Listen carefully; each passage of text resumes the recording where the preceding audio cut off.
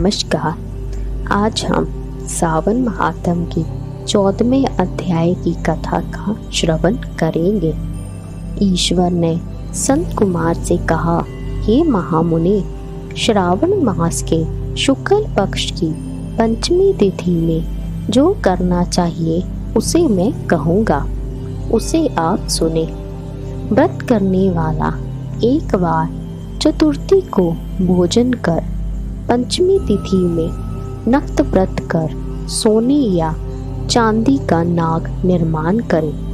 काठ या मिट्टी की 5 फनों युक्त नाग देव की प्रतिमा बनाकर पंचमी के रोज भक्ति द्वारा अर्चन करें। दरवाजे के दोनों ओर गोबर से फन वाला सर्प बनाकर सविधि दही तथा दुब से पूजा करें। करवीर, मालती, चमेली तथा चंपा के फूलों द्वारा रमणीय गंध, अक्षत, धूप और दीपक से पूजा करें। ब्राह्मणों को पवित्र घी के लड्डू और खीर का भोजन करा दे। अनंत, वासुकी, शेष, पद्मनाभ, कंबल कुरकोटक, अश्व, धृतराष्ट्र, शंखपाल, काल्य तथा तक्षक इन नागों के कुलाधीप को हल्दी और चंदन से दीवार पर लिखें तथा नाग माता कद्रू को भी लिखकर फूल आदि से पूजा करें। ज्ञानी जन नाग देवों का पूजन कर भरपूर घी व चीनी सहित दूध पिलाकर उसी रोज लोहे की कढ़ाई में कोई चीज ना बनावे।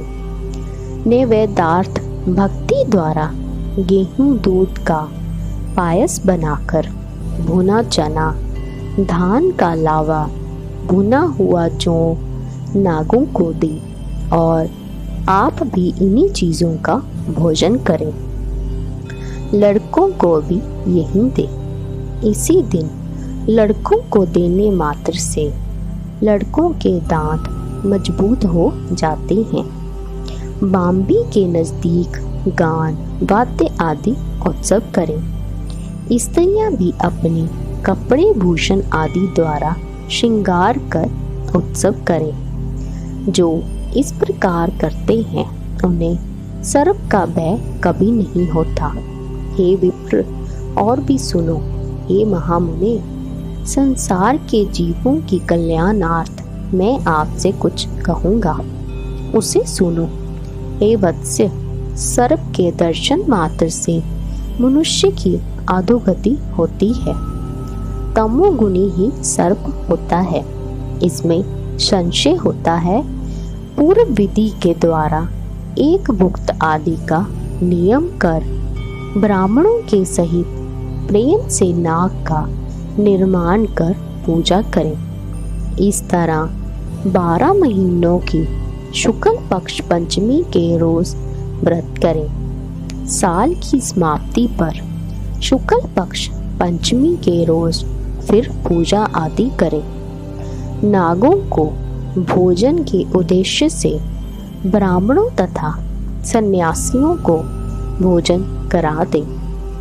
जो प्राणी धन की कृपणता त्याग कर नाग पंचमी का व्रत तथा अर्चन करता है, उस प्राणी के हितार्थ सब नागों के स्वामी शेष एवं वासुकी नाग भगवान हरि से सदा शिव से हाथ जोड़े प्रार्थना करते हैं। शेष और वासुकी की प्रार्थना द्वारा शिव और भगवान विष्णु प्रसन्न होकर उस जीव की सभी मनोकामनाओं को परिपूर्ण करते हैं। वह जीव नागलोक में अनेक तरह के भोगों को भोग कर बाद में वैकुंठ लोक या शोभायमान कैलाश में जाकर शिव या विष्णु का गण होकर परमा आनंद का भागी हो जाता है। हे वत्स्य, आपसे मैंने नागों का यह नाग पंचमी व्रत कहा। अब और क्या श्रवण करने की अभिलाषा करते हैं, उसे भी कहिए। इस प्रकार सावन महात्म के 14वें अध्याय की कथा समाप्त होती है। जय शिव शंकर।